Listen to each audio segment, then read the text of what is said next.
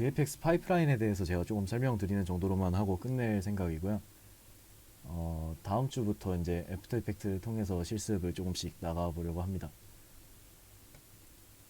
그래서 저희 스터디는 한 가지 프로그램만 쓰는 걸로 정해져 있지는 않고요. 여러 가지 툴에 대해서 좀 공부를 해보려고 해요. 그래서 그 이유를 오늘 이제 파이프라인에 대해서 설명을 해드리면은 조금 더 이해가 될 것 같아서 첫 시간이라 파이프라인에 대해서 먼저 준비를 좀 했고요.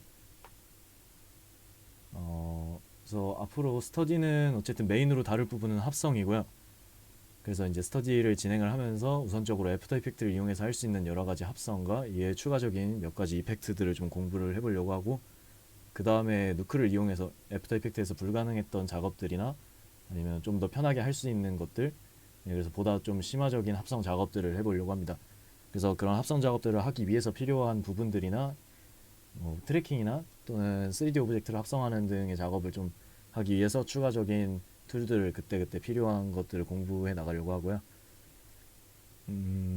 일단 여기 계신 세 분, 지영님, 현빈님, 재현님 세 분은 혹시 VFX 관련해서 작업을 해보신 경험이나 뭐 강의를 들었다거나 그런 게 있으신지 한번 말씀을 좀 해주시면 좋을 것 같아요. 재현님부터 말씀해 주시겠어요? 네, 저 같은 경우에는 간단하게 애프터 이펙트 그 키잉 플러그 그 있잖아요, 효과. 네. 그래서 그 그린 크로마키나 블루 크로마키 그냥 그 뒤에 배경지만 투명하게 만드는 알파 작업만 해봤고, 애프터 이펙트에서는. 그다음에 시나포드에서 자체적으로 사용하는 트래킹 기능이 있는데, 3D 트래킹 기능이 있는데, 그거 사용해가지고, 그냥 간단하게 큐브 같은 거 현실에서 합성 작업 한두 번 정도 해본 게 다예요. 아, 네, 알겠습니다. 현빈님은 혹시 경험 있으신가요? 아니, 따로 네, 죄송해요. 잘 안 들려가지고.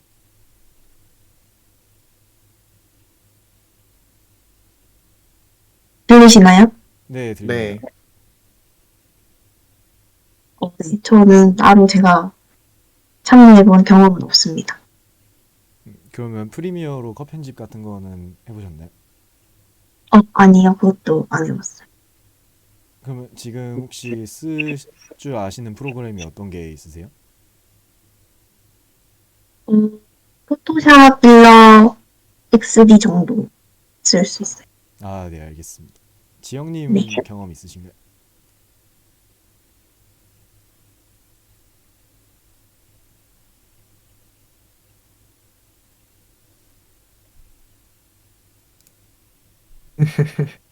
아, 네, 알겠습니다. 메시지로 주셨네요. 아하.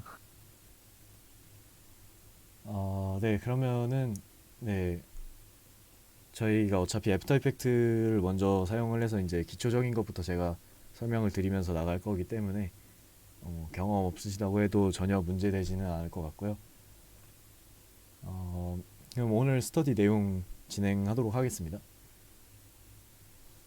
요 첫 번째 이제 PPT 화면이 어, 보통 이제 VFX 작업이라고 하면은 이런 그린 스크린으로 된 세트장에서 뭐 촬영을 하고 거기에 뭐 합성을 하고 이런 작업들을 떠올리시는 경우가 되게 많은데, 이거는 VFX라는 작업의 되게 일부분일 뿐이고요. VFX는 굉장히 여러 파트가 나뉘어 있고, 그리고 그 각 파트별로 하는 일이 또 다 다르고 툴도 다 다르게 나눠져 있습니다. 그래서 각 파트별로 하는 일이 뭔지, 또 어떤 툴을 사용하는지 그런 거에 대해 알아볼 거고요. 앞으로 우리가 동아리 활동을 하면서 유튜브 쇼츠나 대형 프로젝트에서 VFX를 활용하기 위해서 어떤 공부가 필요할지 좀 알아보는 시간을 갖도록 하겠습니다. 그래서 VFX에 대해 개념에 대해 먼저 말씀을 드리자면요. VFX는 비주얼 이펙트의 약자예요. 그래서 비주얼의 V랑 이펙트를 이제 빠르게 발음 나는 대로 그냥 이펙트 계속 말하다 보니까 FX로 줄여지게 된 거고요. 그래서 그걸 합쳐서 VFX라고 부르게 되었습니다.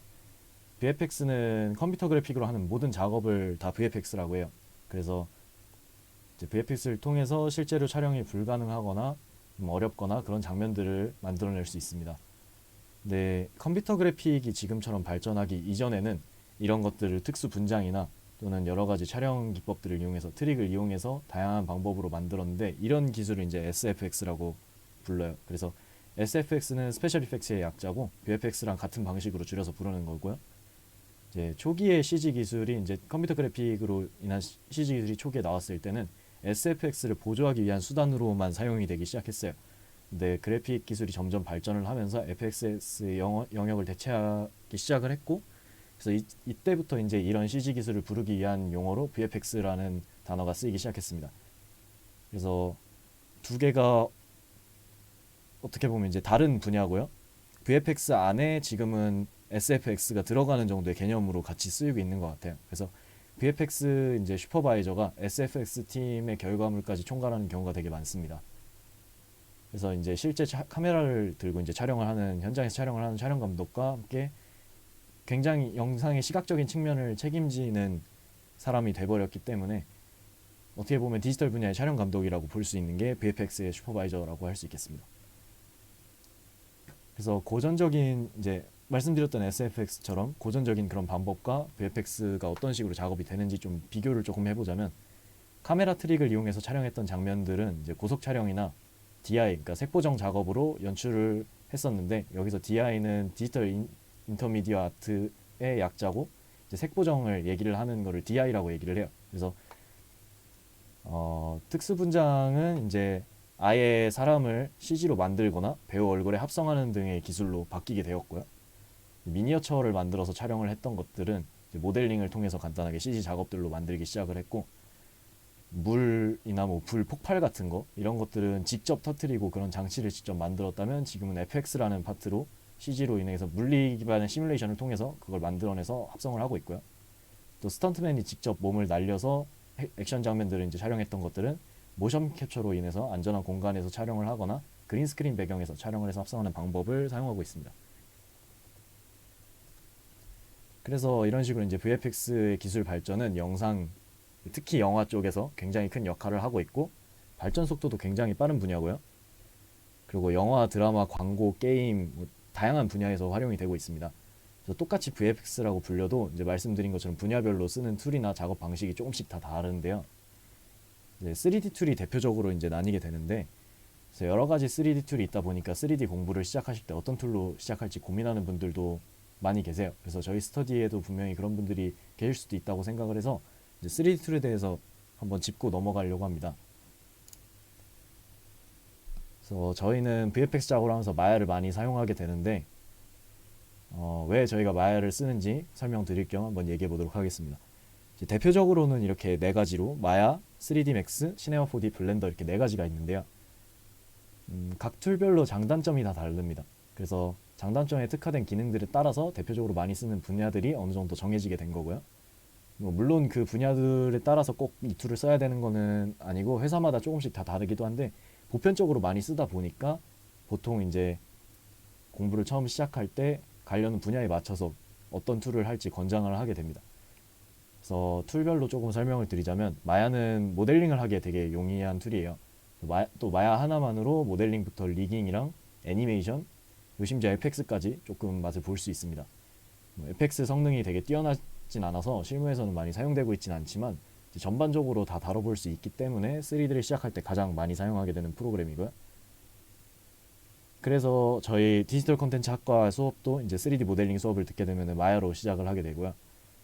이제 마야 자체 안에서 파이설이나 웰 같은 스크립트를 활용할 수 있기 때문에 리깅 작업에서도 꽤 용이합니다. 또 기본적으로 내장되어 있는 아놀드라는 렌더러가 성능이 굉장히 좋아서 실무에서도 실제로 굉장히 많이 사용을 하고 있고요. 아놀드랑 V-Ray 같은 렌더러를 함께 많이 사용을 해서 실사 느낌의 룩을 만들어내기 굉장히 좋습니다. 그래서 또 가장 큰 장점이 이제 합성 파트에서 가장 대표적으로 사용되는 누크라는 툴이랑 호환성이 굉장히 좋고요. 그래서 이런 이유들 때문에 마야는 리얼리티가 많이 사용되는 곳에 많이 사용되게 되고, 그렇기 때문에 드라마나 영화 분야에서 많이 쓰이고 있습니다. 단점은 툴이 좀 복잡하기도 하고요. 배우기에 난이도가 좀 있는 툴이라고 많이 알려져 있습니다. 그리고 그 다음에 3D 맥스는 게임 분야에서 가장 많이 사용되는데요. 게임 분야뿐만 아니라 이제 건축 분야에서도 조금 많이 같이 사용되고 있습니다.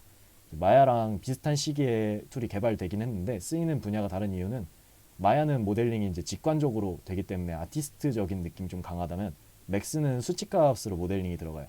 그래서 건축에서 많이 쓰는 캐드나 이런 것처럼 툴이 비슷하게 사용이 가능합니다. 또 리깅이 굉장히 최적화가 잘 돼 있어서 게임 분야에서 리깅이 잘 되기 때문에 많이 선호하는 툴이기도 하고요. 플러그인들이 굉장히 다양하게 있어요. 그래서 플러그인들을 장착을 했을 때 FS 쪽으로 굉장히 강력한 성능을 발휘할 수 있습니다. 그 다음으로 시네마 4D는 이제 모그라프라는 기능 때문에 모션 그래픽에 굉장히 용이하고요. 그리고 광고나 방송 쪽에서 많이 사용되는 애프터 이펙트라는 이제 어도비 애프터 이펙트라는 툴이랑 호환성이 굉장히 좋습니다. 그래서 이제 광고랑 방송 쪽에 많이 쓰이고요. 또 옥테일이라는 렌더러를 이제 C4D랑 많이 사용하게 되는데 뭔가 아트적인 그런 느낌의 룩이 잘 뽑히게 됩니다. 그래서 광고랑 모션 그래픽에서 굉장히 선호하는 툴이고, 실제로 C4D가 독일에서 이제 처음 개발될 때 광고용으로 제작을 했습니다. 그래서 그쪽으로 당연히 특화가 될 수밖에 없고요. 이제 기본으로 탑재된 렌더러의 성능도 좀 괜찮고 보이는 부분만 빠르게 레ን더링 하는 데 최적화가 되어 있습니다. 그래서 뭐 마야랑 비교했을 때 렌더링이 조금 더 빠를 수도 있고요. 물론 렌더러에 따라서 뭐 레드 시프트나 이런 거를 달아서 좀 리얼리티한 느낌으로 만들 수도 있지만 뭐 이런 여러 가지 이유로 업계에서 많이 사용되고 있지는 않습니다. 그리고 마지막으로 블렌더라는 툴이 있는데요. 일단은 다른 툴이랑 다르게 얘는 무료 소프트웨어예요. 그래서 그게 가장 큰 장점이고 3D 애니메이션이 좀 용이하게 되어 있어요. 그래서 해외에서는 많이 활성화가 되어 있고 지금 국내에서도 이제 많이 활성화가 되고 있는데, 이 블렌더 자체 렌더러가 게임 엔진을 탑재해서 뷰포트에서 렌더링이 바로 이렇게 된 거를 볼 수 있게 돼 있습니다. 그래서 이제 애니메이션 분야에 많이 사용되고 또 무료인 것 때문에 3D 공부를 이제 처음 시작할 때 입문용으로 많이 권장하는 프로그램이기도 합니다. 그래서 블렌더로 맛을 좀 보고 이제 원하는 분야의 툴을 넘어간다거나 이렇게도 많이 공부를 하고요. 네, 그래서 3D 툴에 대한 설명은 여기까지 하도록 하고, 이제 VFX가 어떤 파이프라인을 거쳐서 제작되는지 좀 자세히 알아보도록 하겠습니다. 뭐 VFX가 지금 말씀드렸듯이 여러 가지 분야가 있는데 오늘 제가 말씀드린 파이프라인은 어쨌든 영화 쪽에 좀 초점을 맞추고 있고요. 왜냐하면 영상에서 저희가 어쨌든 VFX를 다루는 거기 때문에 영상은 좀 영화의 파이프라인이 좀 기준이 되고 있고 거기서 조금 축소되거나 약간 바뀌는 정도로 이제 드라마나 광고 쪽에서 사용되기 때문에 영화를 기준으로 설명을 드리겠습니다. 우선은 저희 동아리가 이제 영화과 분들도 많이 계시고 그래서 영상 쪽을 많이 하시니까 또 많이 아실 텐데, 영화 파이프라인에 대해서 먼저 보자면 이제 프리 프로덕션이 있고 프로덕션 있고 포스트 프로덕션 이렇게 크게 세 개로 나뉘잖아요. 이제 프리 단계에서는 이제 기획을 하게 될 거고 프로덕션에서 촬영을 하고 포스트가 편집이 되고 이렇게 되는데, CG 작업도 이거랑 똑같습니다. 그래서 프리, 뭐 프로덕션, 포스트 이렇게 세 가지로 나뉘는데, 대신 이제 프리부터 포스트까지 모든 단계에서 굉장히 많은 파트가 협업을 하게 됩니다. 그래서 영상의 프리 단계에서는 이제 기획하고 스토리보드와 콘티를 제작하고 배우 섭외하고 예산 측정하고 뭐 이런 일들이 이루어지면서 이제 동시에 어떤 장면이 CG로 처리될지 이제 정하게 되겠죠. 그러면 이때부터 VFX의 프리 단계가 시작이 되는 겁니다.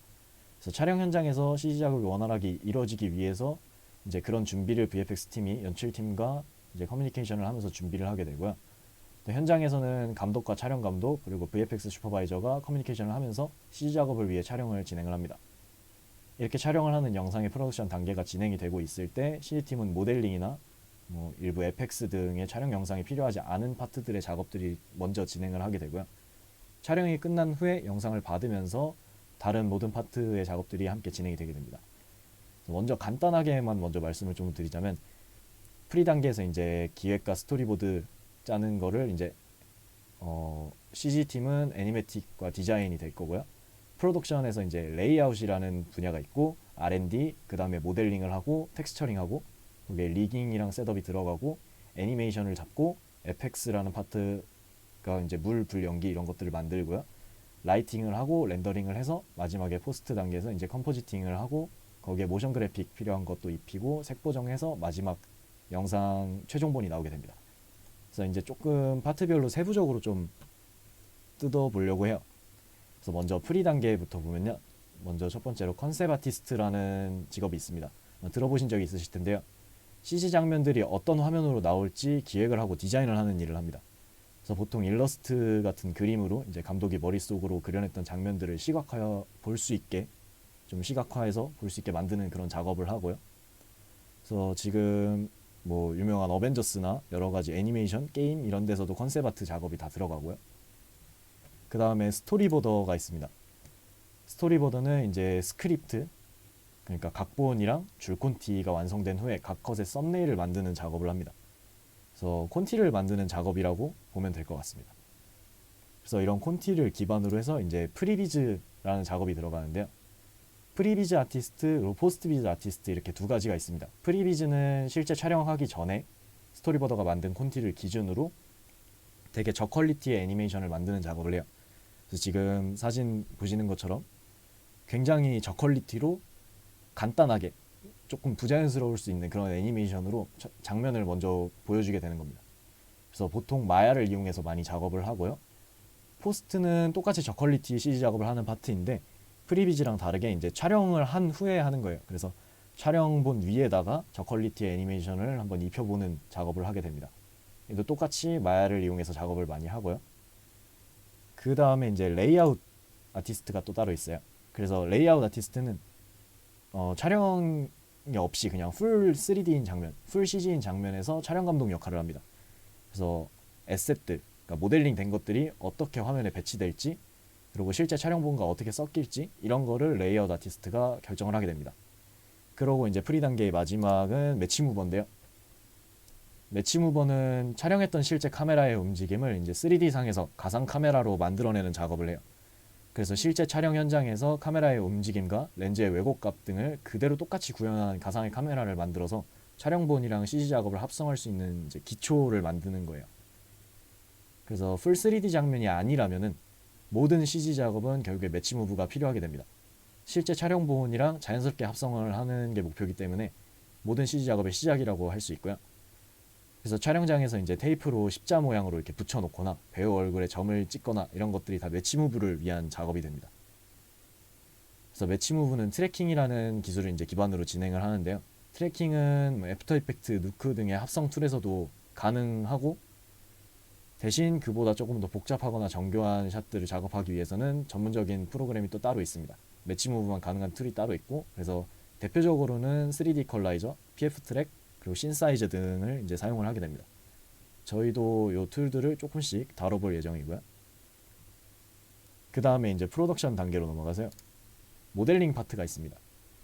저희가 3D 스터디도 따로 있죠. 거기서 하는 것처럼 이제 모델링을 하는 파트인데요. 보통 이제 모델링이랑 룩뎃 파트를 묶어서 에셋팀이라고 많이 부르는데, 모델링은 이제 3D 툴을 이용해서 형태를 만드는 작업을 하는 거예요. 그래서 지금 화면에 보시는 것처럼 두 가지로 좀 나뉘게 되는데요. 하드썸 모델러가 있고, 이제 하드썸 모델러는 조금 사물이나 이런 것들, 아파트 그런 것들, 각진 것들을 만드는 걸 말하고요. 이제 올가닉 모델러는 사람이나 크리처 등의 어떤 유기체를 만드는 작업을 합니다. 그래서 하드썸 분야에서는 마야랑 맥스, C4D 등을 사용을 해서 만들고요. 올가닉 모델러는 지브러시를 대표적으로 많이 사용합니다. 그래서 그 다음으로 이제 룩뎃 아티스트는 이제 에셋팀이라고 불리는 분야죠. 룩뎃도. 그래서 모델링을 이제 베이스로 텍스처링을 하는 작업을 합니다. 그래서 모델링 한 거를 이제 받아서 그 위에 텍스처를 입히는 작업을 하는 거죠. 그래서 보통 서브스턴스 페인터나 이제 마리 등을 이용해서 텍스처를 하고 또 렌더러에 따라 쉐이딩 작업까지 같이 하게 됩니다. 그래서 뭐 모델링이랑 룩뎃이 나눠지는 경우도 있고요. 그냥 모델러가 이렇게 텍스처링까지 한 번에 하는 경우도 많이 있습니다. 그리고 그 다음에 이제 환경 파트가 따로 있는데요. 환경 파트는 배경을 만드는 곳이에요. 그래서 배경이랑 공간을 좀 밸런스 있게 만드는 작업을 하고요. 모델링과 룩뎃 툴을 이제 기본으로 사용하는 아티스트들이 많고, 레벨 디자인이라고도 부릅니다. 그래서 클라리스, 마야, 후디니, 요즘은 언리얼 엔진으로 또 많이 작업을 하고 있고요. 그 다음에 매트 페인팅 분야가 있는데요. 이제 매트 페인팅은 2D나 2.5D라는 이제 프로젝션 매핑이라는 기술이 있습니다. 그래서 모델링으로 부족한 부분을 보완하는 작업을 하고요. 포토샵과 누크를 이용해서 많이 작업을 합니다. 그래서 지금처럼 이제 기술이 발전하기 전에 예전부터 많이 사용하던 기술이고요. 이제 리깅 파트가 있습니다. 리깅 파트는 모델링이 완성된 거 위에 이제 뼈대를 심는 작업을 하는 거예요. 그래서 움직임을 만들 수 있도록 뼈를 싣는 작업이고요. 옷, 피부, 근육 이런 것들을 시뮬레이션 작업을 통해서 움직임이 자연스럽게 만들어주는 역할을 합니다. 또 리깅을 하다 보면 이제 스크립트 언어도 사용하기 때문에 파이썬이나 멜 같은 거 그런 스크립트 공부도 좀 필요하게 됩니다. 그래서 마야랑 맥스를 많이 사용하고요. 그다음에 애니메이터는 이렇게 리깅이 된 모델링을 토대로 애니메이션을 잡는 작업을 합니다. 그래서 지금 화면 보시면은 오른쪽 그림에서 맨 왼쪽에 보면 보라색으로 이렇게 있는 게 이제 툴 안에서 뼈대를 만든 거고요. 그 위에 지금 알록달록하게 형태가 올라와 있는 게 이제 컨트롤러를 또 만들어서 리깅 된 거랑 컨트롤러랑 이렇게 두 가지를 만들게 됩니다. 그래서 리깅 파트에서 그렇게 작업한 걸 넘어오면 컨트롤러드에 키 작업을 해서 이제 애니메이터가 애니메이션을 만들게 되고요. 그 다음 이제 FX 파트가 따로 있는데요. 이제 VFX의 꽃이라고도 불리는 그런 파트예요. 그래서 많은 분들이 이런 FX 파트의 작업을 보고 VFX 분야에 관심을 갖게 돼서 오는 경우들이 굉장히 많은데, FX라는 거는 물이나 불, 연기, 폭발 이런 것들에 대한 작업을 물리 기반의 시뮬레이션으로 만들어내는 작업을 합니다. 그래서 후딘이라는 툴을 굉장히 대표적으로 많이 사용을 하는데, 배우는데 난이도가 가장 어려운 툴이라고 알려져 있고요. 또 작업을 하는데 이제 파이썬이나 스크립트 언어를 많이 사용을 하기 때문에 아티스트적인 면이랑 기술적인 면이 모두 필요한 파트입니다. 그리고 프로덕션의 이제 마지막 파트는 렌더 라이팅인데요. 이제 지금까지 이루어졌던 모든 작업의 파트들을 이제 받아서 작업물을 받아서 한 장면으로 이걸 세팅을 하고 뽑아내는 작업을 합니다. 그래서 이전 작업 파트들에게 피드백을 주기도 하고 마지막 렌더링을 걸어서 결과물을 추출을 하는 파트이기 때문에 이제 다음으로 넘어가는 2D팀의 컴포지팅 작업을 생각을 하면서 필요한 조건들을 맞춰서 뽑게 돼요. 그래서 컴프 작업에 대한 어느 정도 개념을 좀 2D 파트에 대한 개념도 어느 정도 갖추고 있어야 하고요. 마야랑 아놀드, V-ray 이렇게를 가장 많이 사용하고 카타나나 클라리스, 후디니 등을 함께 사용하기도 합니다. 그리고 이제 프로덕션의 모든 파트에는 TA라고 붙는 작업자도 있는데요. TA는 테크니컬 아티스트의 약자로 TA가 붙으면 좀 기술적인 방법을 토대로 작업을 하는 아티스트들도 말해요. 그래서 어떤 프로그래밍을 이용을 해서 조금 더 수월하게 작업을 할 수 있게 만드는 사람들이고요. 그래서 아티스트와 프로그래머의 역량을 둘 다 가진 사람들을 보통 많이 뽑게 됩니다. 그리고 이제 이렇게 다 지나서 포스트 단계인데요. 이제 마지막 단계인데 여기서 이제 컴포지터라고 하는 파트에서 모든 이전의 작업들을 다 취합을 해서 마지막 최종 작업물을 만드는 작업을 하게 됩니다. 그래서 지금까지 뭐 3D로 만들고 이랬던 거를 렌더링을 걸어서 결국에는 2D 화면으로 받게 되겠죠. 이거를 이제 하나의 화면으로 다 합성을 해서 마지막 최종본을 만드는데요. 이제 합성과 리무브 같은 작업들을 대표적으로 많이 합니다. 그래서 많이 보시는 그린 스크린에서 촬영한 장면들 이런 것들이 이제 그린 스크린만 싹 빼는 킨 작업이라거나 뭐 액션 장면에서 와이어를 이제 배우가 달고 촬영한 장면에서 뭐 와이어를 지우는 작업 이런 것들을 대표적으로 많이 하고요. 누크라는 툴을 가장 많이 사용을 하고 또 방송 쪽에서는 애프터 이펙트를 많이 사용을 합니다. 그래서 둘의 차이는 누크는 노드 기반으로 되어 있어서 수정에 좀 용이하고 더 다양한 기능이 탑재가 되어 있고요. 애프터 이펙트는 레이어 방식으로 작업에서 좀 더 편리한 부분도 있고 배우기도 좀 더 쉽습니다. 다만 프로그램 자체가 좀 무겁기도 하고 더 복잡한 작업은 한계가 좀 있는 단점이 있어요. 그래서 영화 쪽에서는 누크를 많이 쓰고요. 그리고 이제 TD라고 해서 테크니컬 디렉터라는 파트도 있는데 이제 툴들의 개발이나 각 파트의 원활한 소통을 도와주는 작업을 합니다. 그래서 아티스트라기보다는 좀 개발자로 일을 하는 파트라고 보시면 될 것 같아요. 그리고 마지막으로 이제 모션 그래픽 파트가 또 따로 있는데 영화에서 뭐 타이틀 시퀀스나 아니면 영화 내 UI, 아이언맨의 저런 앞에 화면들이나 이런 것들 노트북 내에 뭔가 화면이 나오거나 뭐 홀로그램으로 뭐가 띄어지거나 이런 그래픽 이미지나 영상을 만드는 작업을 합니다. 네, 이렇게 해서 이제 파트들이 쭉 나뉘는 걸 한번 알아봤는데요. 뭐 모든 뭐 회사들이나 다 이렇게 파트가 나뉘는 건 아니고 뭐 에셋팀이 환경 파트까지 다 할 수도 있고 뭐 애니메이터가 리깅까지 하는 경우도 있고 다양하게 있습니다. 그래서 저희 동아리 내에서는 당연히 이렇게 파트를 다 나누는 건 당연히 불가능하고 근데 다만 이제 앞으로 VFX 작업을 하게 된다면은 모델링만 할 수 있다고 해서 다 할 수 있는 게 아니고 합성을 할 수 있다고 해서 다 할 수 있는 게 아니기 때문에 좀 어느 정도 각 파트의 기본적인 부분과 개념들이 있어야 저희가 CG 장면 하나를 이제 완성을 할 수 있기 때문에 파이프라인에 대해서 먼저 알아보는 시간을 좀 가져봤고요. 그래서 VFX 스튜디오에서 이제 저희가 결국에 CG 장면 하나를 완성하기 위해서 필요한 것들을 하나씩 하나씩 좀 기초부터 마지막에 이제 심화적인 것까지 한번 스터디를 해볼 생각입니다. 지금 오늘 내용에 대해서 궁금하거나 좀 질문하실 거 있으신가요?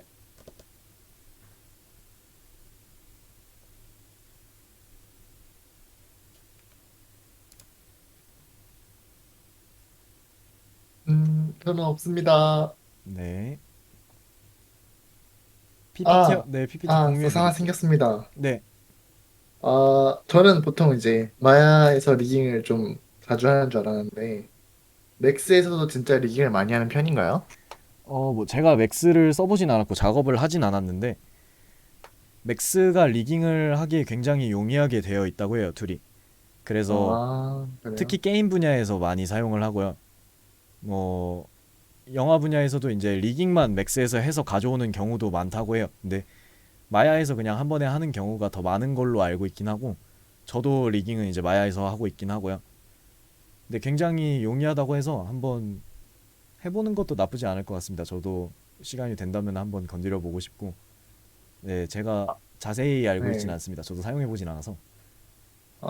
혹시 리깅 어디서 배우셨나요? 따로 독학을 하신 건가요? 아니면 그것도 학원이나 저는 뭐 이제 학원 온라인인가요? 가서 간단하게 기초적인 것만 좀 배우고 그 다음에 뭐 영상을 찾아보고 책 찾아보고 이러면서 조금 봤습니다. 네, 알겠습니다. 네, PPT는 공유를 해드릴게요. 뭐 오, 다른 좋아요. 질문 더 없으시면은 네, 스터디는 여기서 마무리하고요. 뭐 스터디 이제 하면서 앞으로 뭐 이런 거 한번 만들어 보고 싶다. 이 장면 어떻게 만들었는지 궁금하다. 이런 것들. 뭐 VFX 관련된 거 어떤 거든 다 상관없습니다. VFX 관련해서 스터디에서 한번 다뤄보면 좋을 것 같은 것들 뭐 아무거나 다 의견 주시면은 감사하겠고요. 또 궁금하신 거나 네. 모르는 거 있으시면은 언제든지 저한테 연락하셔서 여쭤봐도 괜찮고요.